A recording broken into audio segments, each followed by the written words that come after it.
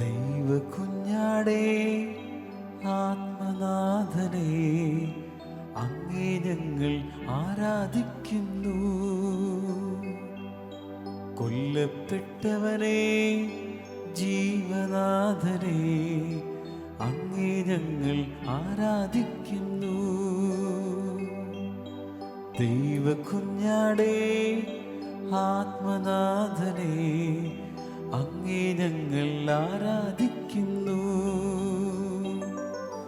കൊല്ലപ്പെട്ടവനെ ജീവനാഥനെ അങ്ങേ ഞങ്ങൾ ആരാധിക്കുന്നു. ഹല്ലേലൂയ ഹല്ലേലൂയ ഹല്ലേലൂയ ആമേൻ. ഹല്ലേലൂയ ഹല്ലേലൂയ ഹല്ലേലൂയ ആമേൻ. ആരാധിക്കുന്നു, ഞങ്ങൾ ആരാധിക്കുന്നു, ഈശോയെ ആരാധിക്കുന്നു. ആരാധിക്കുന്നു, ഞങ്ങൾ ആരാധിക്കുന്നു, ഈശോയെ ആരാധിക്കുന്നു. ആരാധിക്കുന്നു, ഞങ്ങൾ ആരാധിക്കുന്നു, ഈശോയെ ആരാധിക്കുന്നു. ഉദ്ധിതനായവനെ യേശുരാജനെ അങ്ങേ ഞങ്ങൾ ആരാധിക്കുന്നു. ഉദ്ധിതനായവനെ യേശുരാജനെ അങ്ങേ ഞങ്ങൾ ആരാധിക്കുന്നു.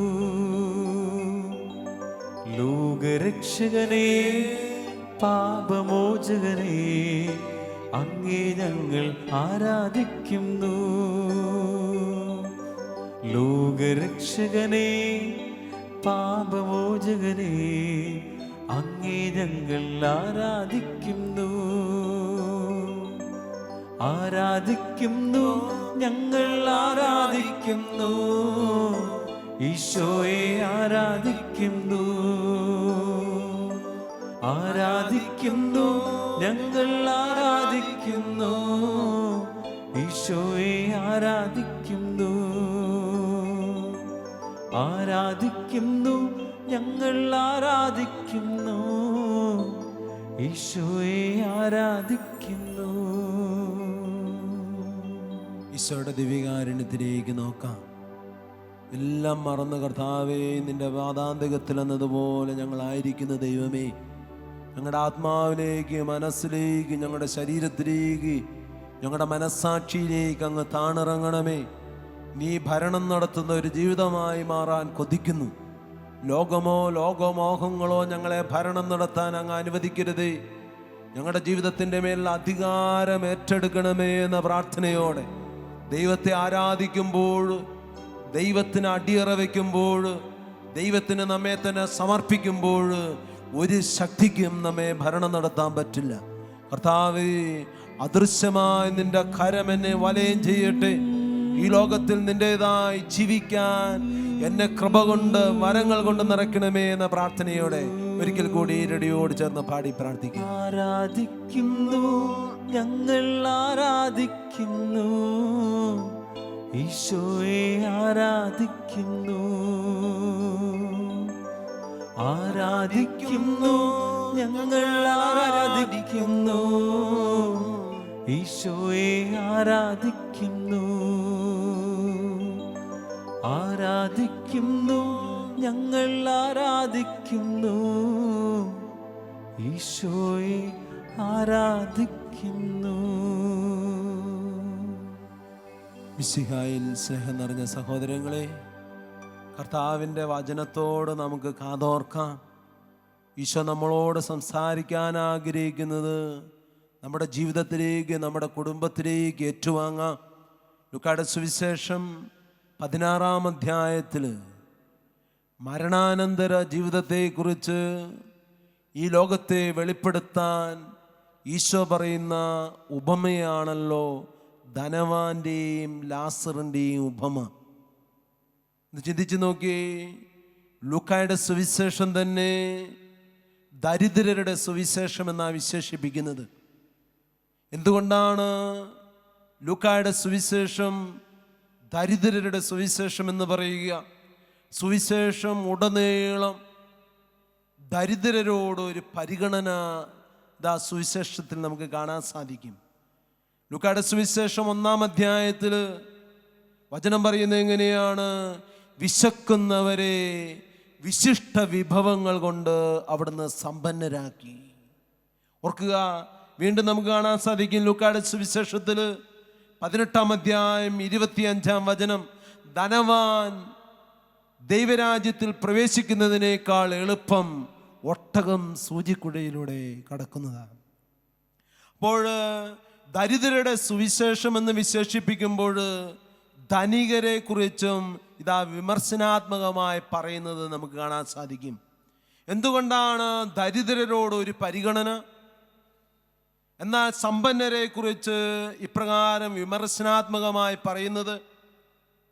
പഴയ നിയമത്തിലേക്ക് നോക്കിയാൽ ദാരിദ്ര്യം ശാപത്തിൻ്റെ അടയാളമായി കണ്ടിരുന്ന ഒരു ജനത, സമ്പത്ത് ദൈവത്തിൻ്റെ വലിയ അനുഗ്രഹമായി കണ്ട ജനത, സമ്പത്ത് ദൈവത്തിൻ്റെ ദാനമാണ് എന്നും ദാരിദ്ര്യം ശാപമല്ല എന്നും ലോകത്തിൻ്റെ മുമ്പിൽ വിളിച്ചു പറയാൻ സുവിശേഷകൻ വെമ്പൽ കൊള്ളുകയാണ്.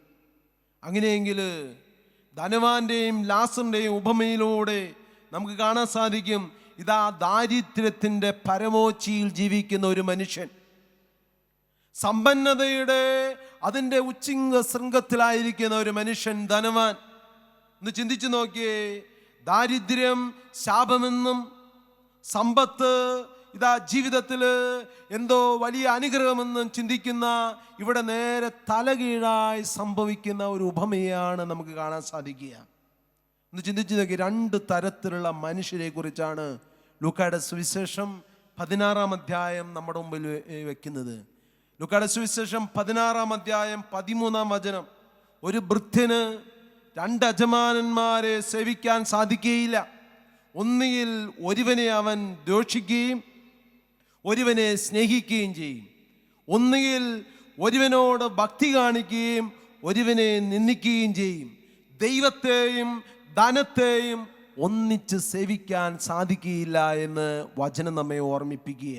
അങ്ങനെയെങ്കിൽ പ്രിയപ്പെട്ടവരെ, ഈ ജീവിതയാത്രയിൽ ഭോഷനായ ധനികനെ പോലെ അവൻ്റെ കൃഷിയിടം വിളവ് നൽകിയപ്പോൾ അവൻ ആത്മാവിനോട് പറയുക, ആത്മാവേ, അനേക വർഷത്തേക്ക് വേണ്ടിയുള്ള വിഭവങ്ങൾ നിനക്കായി ഒരുങ്ങിയിരിക്കുന്നു, തിന്നു കുടിച്ച് ആഘോഷിക്കുക.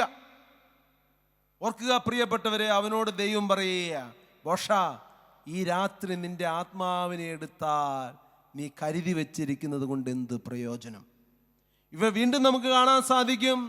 ധൂർത്തപുത്രൻ എല്ലാം ധൂർത്തടിച്ച് നശിപ്പിക്കുമ്പോൾ പ്രിയപ്പെട്ടവരെ, ഭോഷനായ ധനികനെ പോലെ എല്ലാം ശേഖരിച്ചു വെക്കുന്നതും ധൂർത്തപുത്രനെ പോലെ എല്ലാം നശിപ്പിക്കുന്നതും ദൈവത്തിൻ്റെ മുമ്പിൽ തെറ്റാണ്, കുറ്റമാണ് എന്ന് സുവിശേഷകൻ നമ്മുടെ മുമ്പിൽ ഓർമ്മിപ്പിക്കുക.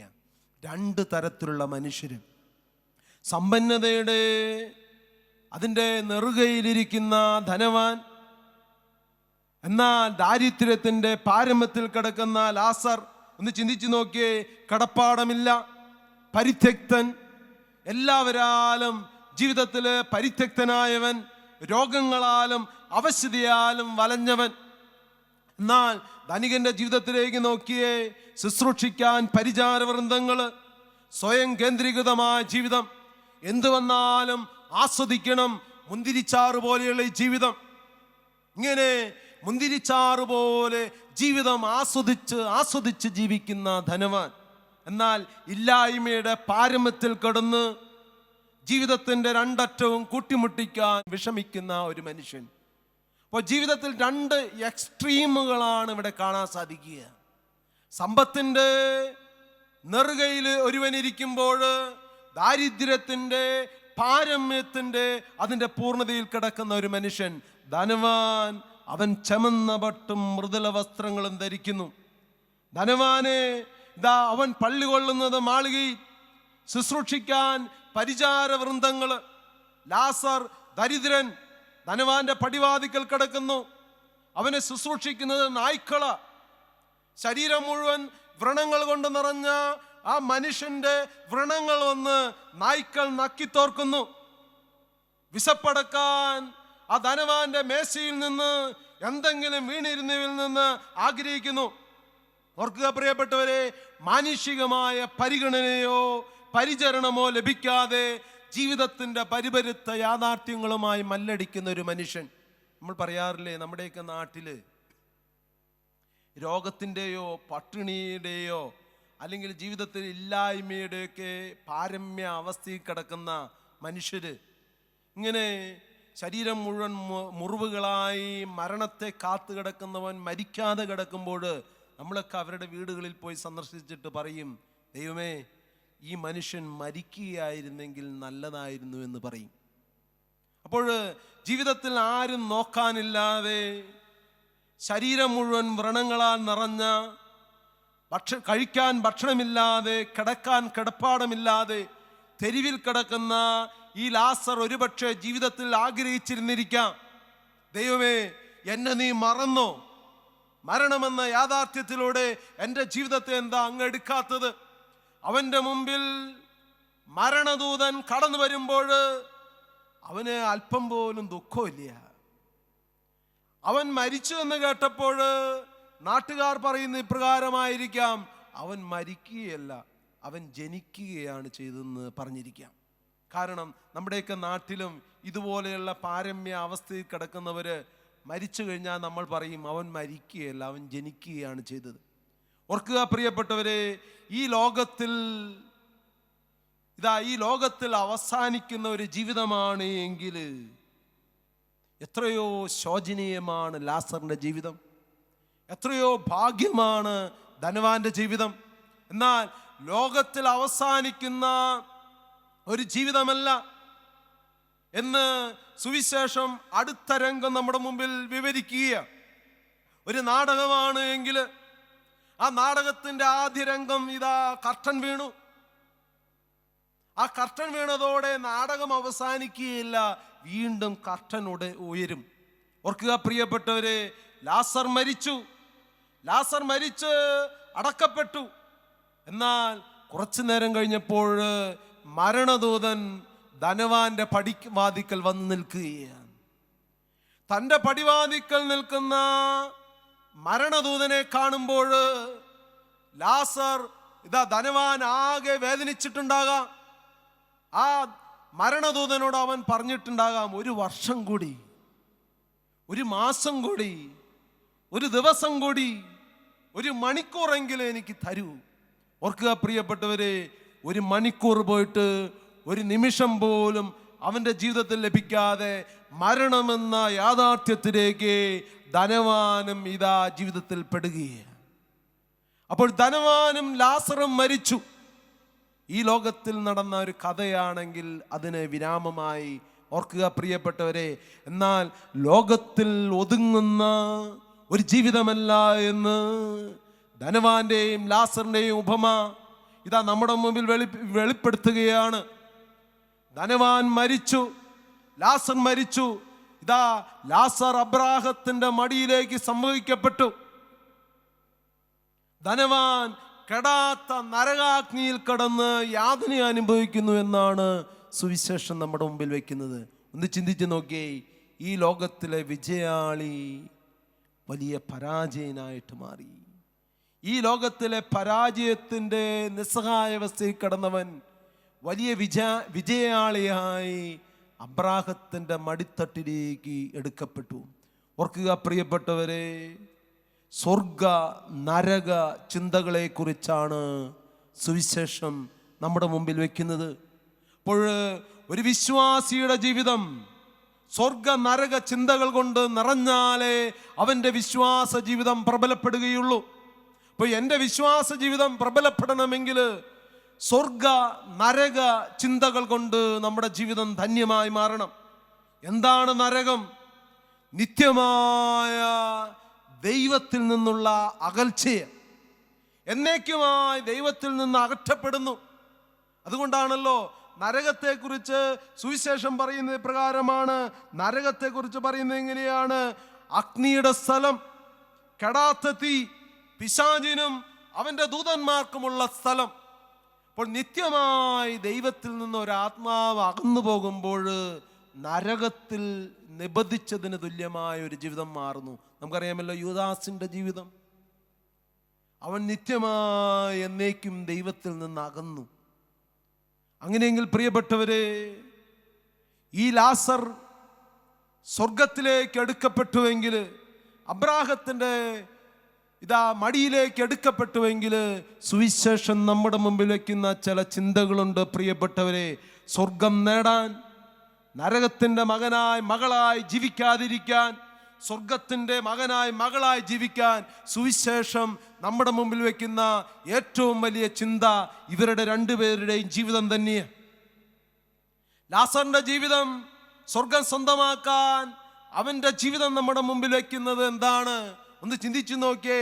ഉള്ളങ്കാല് മുതൽ ഉച്ചി വരെ മുറിവേറ്റ ആ മനുഷ്യൻ ക്രൂശിതനായ ഈശോയുടെ നിഴലല്ലാതെ മറ്റെന്താ? ഈ ലോകത്തിൽ ഉള്ളങ്കാല് മുതൽ ഉച്ചി വരെ മുറിവേറ്റ ഒരേ ഒരു ജീവിതമേ ഉള്ളൂ, യേശുക്രിസ്തുവിന്റെ ജീവിതം. ലോകം അവന് ഉള്ളങ്കാല് മുതൽ ഉച്ചി വരെ മുറിവുകൾ സമ്മാനിച്ചു. അങ്ങനെയെങ്കിൽ പ്രിയപ്പെട്ടവരെ, ക്രൂശിതനായ കർത്താവിന്റെ പ്രതിരൂപമല്ലാതെ മറ്റെന്താണ് ലാസറിൽ നമുക്ക് കാണാൻ സാധിക്കുക?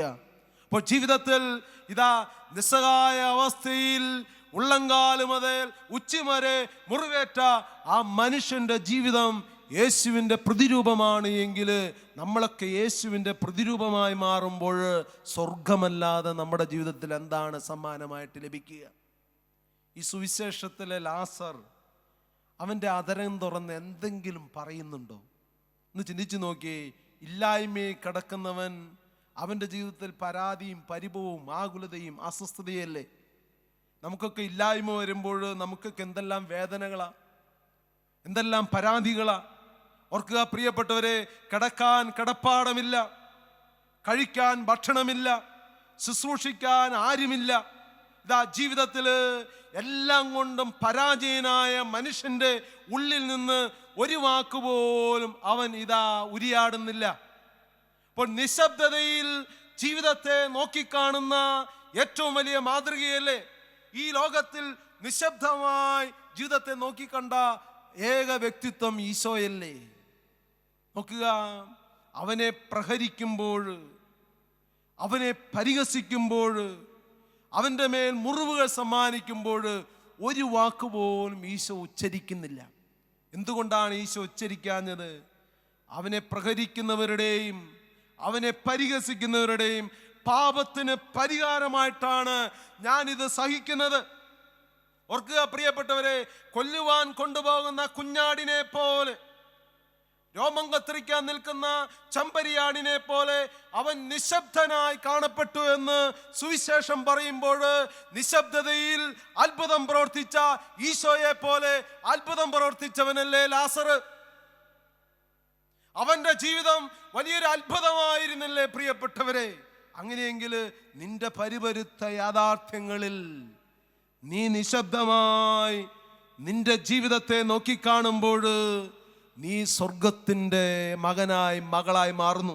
അപ്പോൾ നമ്മുടെ പരിപരുത്ത യാഥാർത്ഥ്യങ്ങൾ നമ്മുടെയൊക്കെ ജീവിതത്തിൽ പ്രതികരിക്കാനും ജീവിതത്തിൽ പരിഭവം പറയാനും പരാതിയുമായി ജീവിക്കാൻ എല്ലാ സാഹചര്യങ്ങളും ജീവിതം സമ്മാനിക്കുമ്പോൾ ഒരു ദൈവ പൈതൽ ഓർക്കണം, ഇതെല്ലാം അപരന്റെ പാപത്തിന് പരിഹാരം എന്നതുപോലെ ഈശോയോട് ചേർന്ന് നിന്ന് ഞാൻ കാഴ്ചവെക്കുന്നു. ഓർക്കുക പ്രിയപ്പെട്ടവരെ, അൽഫോൻസമ്മയുടെ ജീവിതം ലോകത്തിന്റെ മുമ്പിൽ വയ്ക്കുന്ന ഏറ്റവും വലിയ മാതൃക എന്താ? നല്ല കാലത്ത് മരണത്തിന്റെ മരണ ജീവിതത്തിൽ രോഗത്തിന്റെ അതികാഠിന്യത്താൽ പെടയുന്ന ജീവിതം. ആ ജീവിതത്തിന്റെ മുമ്പിൽ അവൾ ചിന്തിക്കുന്ന ഇപ്രകാരമാണ്: എൻ്റെ പ്രാണനാഥൻ കുരിശിൽ കിടന്ന് പിടഞ്ഞു മരിച്ചപ്പോൾ ഞാൻ ഈ കുരിശാകുന്ന കട്ടിലിൽ കിടന്ന് എൻ്റെ വേദന മുഴുവൻ എൻ്റെ പ്രാണനാഥന് സമർപ്പിക്കുന്നു.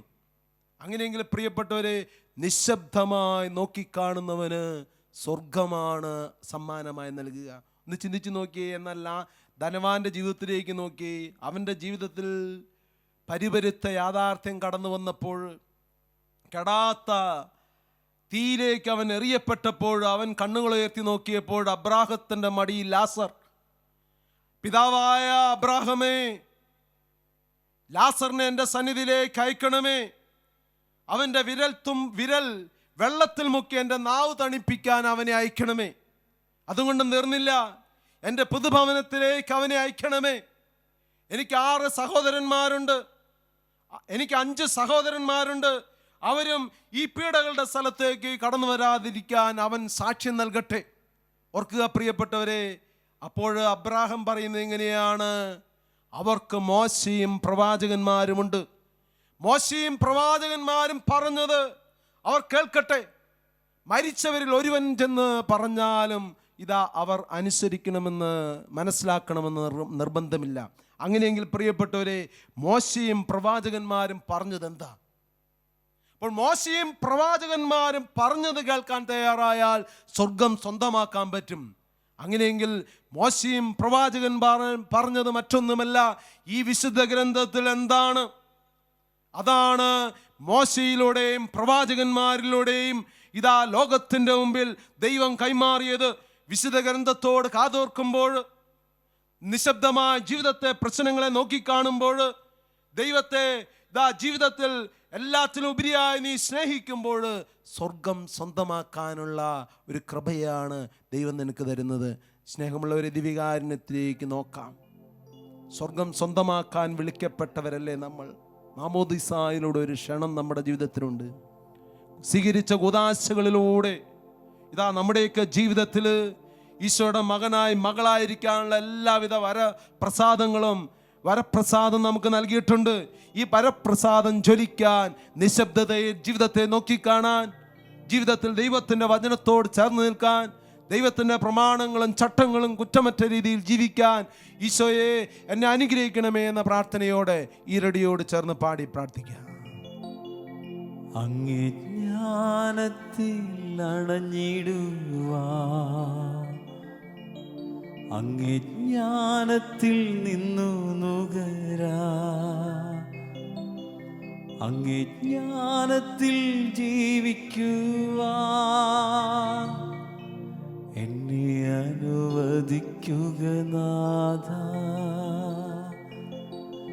അങ്ങേ ജ്ഞാനത്തിൽ അണഞ്ഞിടുവാ, അങ്ങേ ജ്ഞാനത്തിൽ നിന്നു നുകരാ, അങ്ങേ ജ്ഞാനത്തിൽ ജീവിക്കുവാ,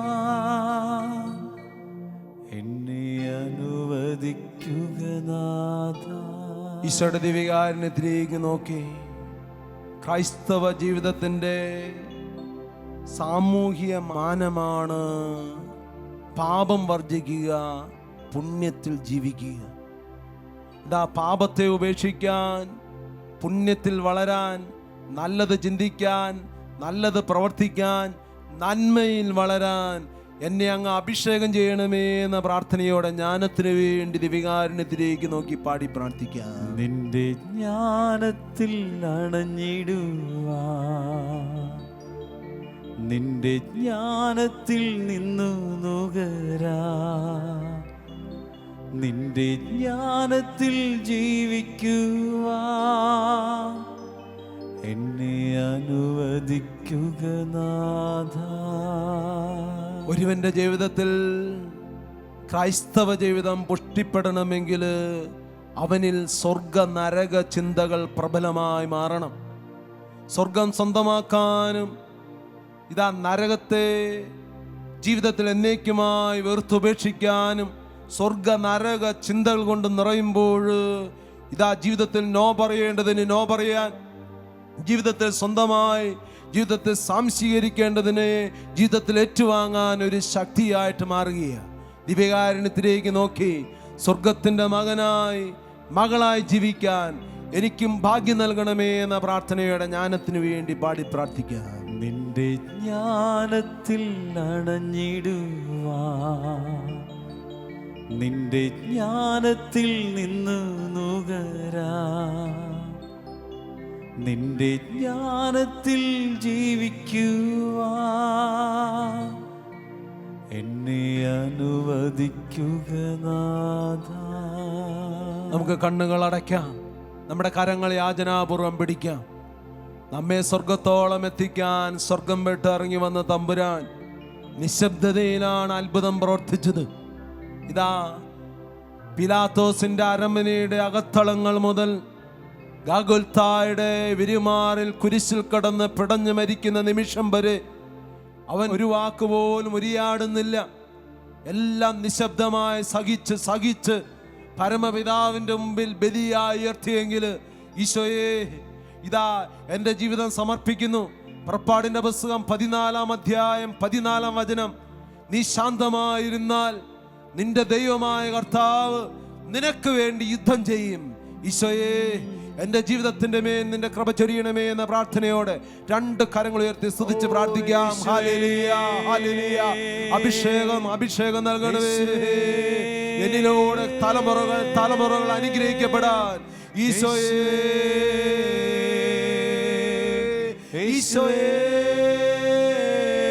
അഭിഷേകത്തിന്റെ അഗ്നി ഇറങ്ങട്ടെ. ഒരു പുതിയൊരു ചലനം നൽകണമേ, പുതിയൊരു ഉണർവ് നൽകണമേ.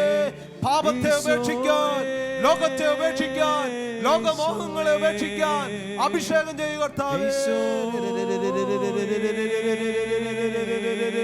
അഭിഷേക കൊടുങ്കാറ്റ് വീശട്ടെ എന്റെ ഹൃദയത്തിലേക്ക്, എന്റെ കുടുംബാംഗങ്ങളിലേക്ക്, എന്റെ ദേശത്തിന്റെ മേല് അഭിഷേക കൊടുങ്കാറ്റ് വീശട്ടെ.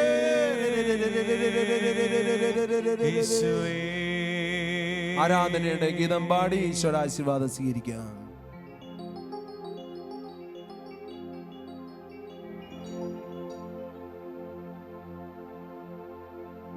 ആരാധന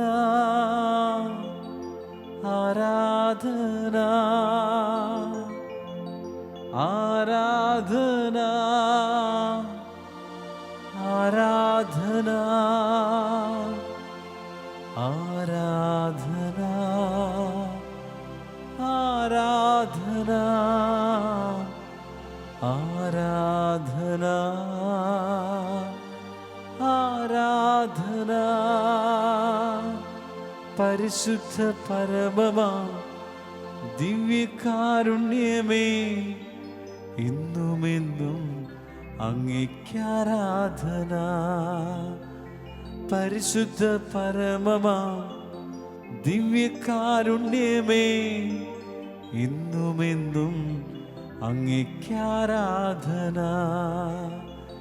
പരിശുദ്ധ പരമമാ ദിവ്യകാരുണ്യമേ ഇന്നുമെന്നും അങ്ങേക്കാരാധന.